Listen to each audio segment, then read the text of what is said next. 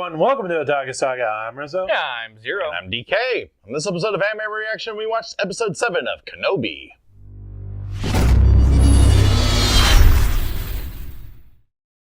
If you want to check out our reaction to the 7th episode of KonoBi, hit that link in the description below. And be sure to give us feedback in the comment section because we love hearing from you. And as always, if you like what you see, subscribe to Otaku Saga. And don't forget to like and share our videos. And thanks for watching.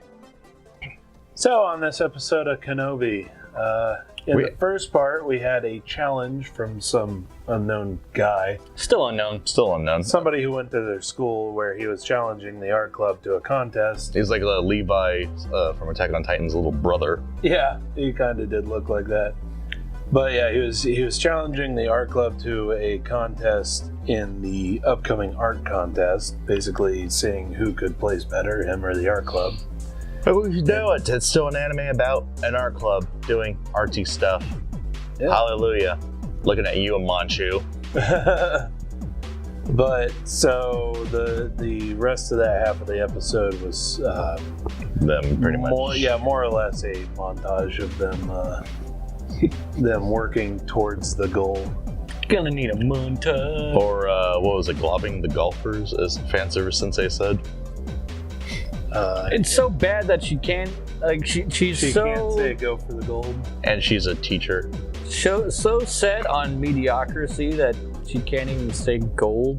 Forgo to gold. Anyway, so Subaru does actually place first with Usami's help. And Levi Jr. doesn't place at all. Wrecked. Tyrannosaurus wrecked. I really do wonder, like, was that guy first place last time? That's what I was thinking, actually, but who cares? Yeah, really. I think that's kind of the gag. It's like, oh yeah, it's just like, you know, ultimately, who cares? No, the art club members do. They forgot they were in a competition with them. Yep. Yeah. And then the second part of the episode was Colette. Her quest to become a hero of justice. Colette contracted Chunibyo from what's her name? The transfer student. Imari? Was it Imari? But yeah, the title of the segment was Master Imari. So. Oh yeah. All right. But yes, she totally caught Chunibyo. Which also found out this episode, I don't know if it had been mentioned before, but apparently they're in middle school. I had always assumed that they were high schoolers. That's usually a safe assumption of a lot of school comedies, but... Yeah, well, I mean, I can name quite a few shows where they take place in middle schools, but for the most part, school-based comedies, I usually just assume they're in high school. Yeah, that way they can get away with more risque gags. Yeah. So yeah, that's what I said. It's a safe assumption. Normally. Yeah, it just kind of shocked me because it said, you know, from whatever the name of their school is, middle school. You know, on the art piece. It might have actually said that on the last time they entered a competition, but I didn't notice it at the time. So, a little surprise there. So I guess they're all, well, it's kind of hard to tell. Obviously, Usami is at least a year older than Subaru. I had assumed... She likes him young. I had assumed that they were in high school and that Subaru was the first year, Usami was the second year, and then the club president was the third year. Mm-hmm. So he totally looks like an adult. Yeah, he looks like he's in his like mid to late 30s. Maybe not that far. He looks like he's in his 20s to me. But he very clearly looks like an adult, especially in this universe where, as we see with the teacher, the adults don't necessarily look that old either. Fair enough. They usually don't act that old either. But if that's the case, I'm really trying to like pin down how old these characters are, because you'd think that Colette would be younger, but she wears the bow that she wears on her uniform is... I'd have to go back and check. Usually the way that they do it is they they have either everybody wears the same colors, or they have a different color for each class. All right, so and then that revolves around. So okay, you see it in K-On! The main girls wear blue, right, and then the Azusa wears red. The class ahead of the main girls wears green. And then when they're seniors, it's the freshman class that wears green, and it just revolves around. Mm-hmm. But yeah, I'm still trying to pin down how old these characters are now. Nah, it's very hard to tell. I guess. Really puts you into a mindset in this episode, if that's the case. I mean, Subaru is obsessed with waifus at a very young age. That is also obsessed with very risque waifu. Yeah. For his age, and Usami? Usami. Is that her name? Yeah, main character, main girl. Is already thinking about being a wife. That's actually not that uncommon in anime, at the very least. Actually, it kind of puts into perspective the behavior of Usami's mother, because she's basically at the point where, oh, you need to get a boyfriend. You know, we need to go ahead and basically marry you off. If Usami's like a 9th grader, that seems a little weird to me. Just a wee bit. Cultural differences. We just chalk up to that, I guess. I really don't know. It's bizarre. When you think too far into it, that it just seems weird. But that's why I thought that they were in high school, because you wouldn't normally expect that behavior if they were in middle school.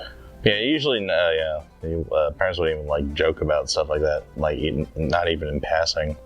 And for us, are like a real obsession. I think it really depends on the parent, but you'd think that they wouldn't really joke about stuff like that. I don't know. I really don't. Well, now that we're nicely weirded out. Yeah, it's kind of just explaining the reason why I thought they were in high school. Okay. So, yeah. Anyway. Little side thing. We got a lot of more or less relationship development between Subaru and Usami. Because in the first part of the episode, the Levi guy comes up, completely don't know his name. Don't hate us for not knowing. They don't mention it. But she's the one that gets really, really irritated and pushes Subaru to actually make a piece worthy of first prize, and ends up helping him throughout the 2 weeks. And also totally adorable doing so. So much so that she goes home and starts making mock-up drawings of the same thing and coloring them in herself. It actually takes a lot of time and a lot of effort. So I want to point out a little bit of character development for Subaru. When Usami actually dressed up in the Goth Lolly outfit, he actually complimented her, which is major character development for him. Normally he wouldn't, like, he wouldn't necessarily like. Well, he did say she looked like a figurine, though. Yeah, but that of goes along with the compliment of saying that a girl kind of looks like a doll. Well, it's progress. Yeah, so he's actually looking at it's pretty much the same thing, from his perspective. Let's hope for the boy yet. Yeah.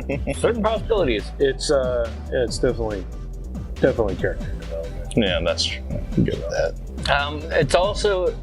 We also got a little bit of insight into a interesting way that Subaru draws. He basically draws from the inside out. which basically he draws the basic character with underwear. It's the with underwear part that kind of confuses me, because I know of people who draw inside, from inside out, so it's not that uncommon. But typically, you draw a person with no clothes, but obviously draws it like no detail. Yeah, you draw like guidelines in a sort of basic form, and then you kind of refine it from there. Yeah, but throwing underwear as an extra step was kind of I thought it was interesting that he's actually adding underwear under the character. Well, as he put it, even the small details are important. Yeah, I can give him props for that. Actually, it's pretty clever. But it's like the base form of a person. I can see, not really. It's kind of standard. That's standard. Yeah. But the drawing of underwear, detailed, I might add. Very detailed. That is only there to be covered up.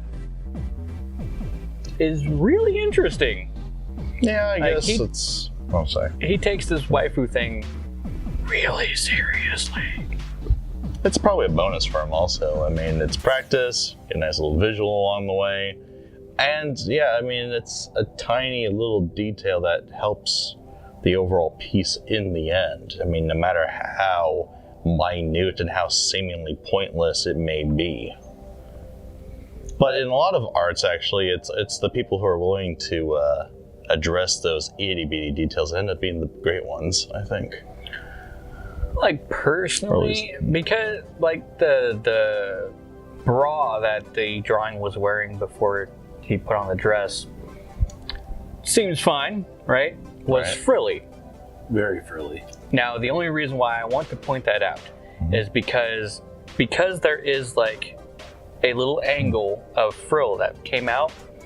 When he puts the dress on top, quote unquote, when he draws the dress on top, there's going to be a hang from the bra over the dress because the dress didn't start frilling up until the neck. So he'll actually have to erase that little part of the bra in order to make the dress complete. Or he would have to figure a way to draw around it, which seems very awkward to me. It's, well, if you look at it from a pragmatic standpoint, it's just extra work. But if it's extra work he's willing to put in to make the overall thing even just a little bit better. Yep. It's not the way that I would draw it, but hey. It would be the way that I draw it either. Yeah, but he gets to get away with drawing a girl and sitting in bra and panties on a chair, at least for a little bit, before covering it up. So I definitely wouldn't use frilly. I may use like a more form-fitting bra if I wanted to do it that route. Like say, or if you want to go for decorative, do more of a lace rather than a frill. I'm just trying to think what's our most we don't really have that many risque revealing figures right now. Most of them are kind of kept offset.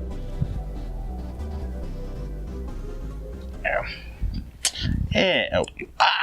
Waifu down. Yoko. Yuki. Wow. Goddamn.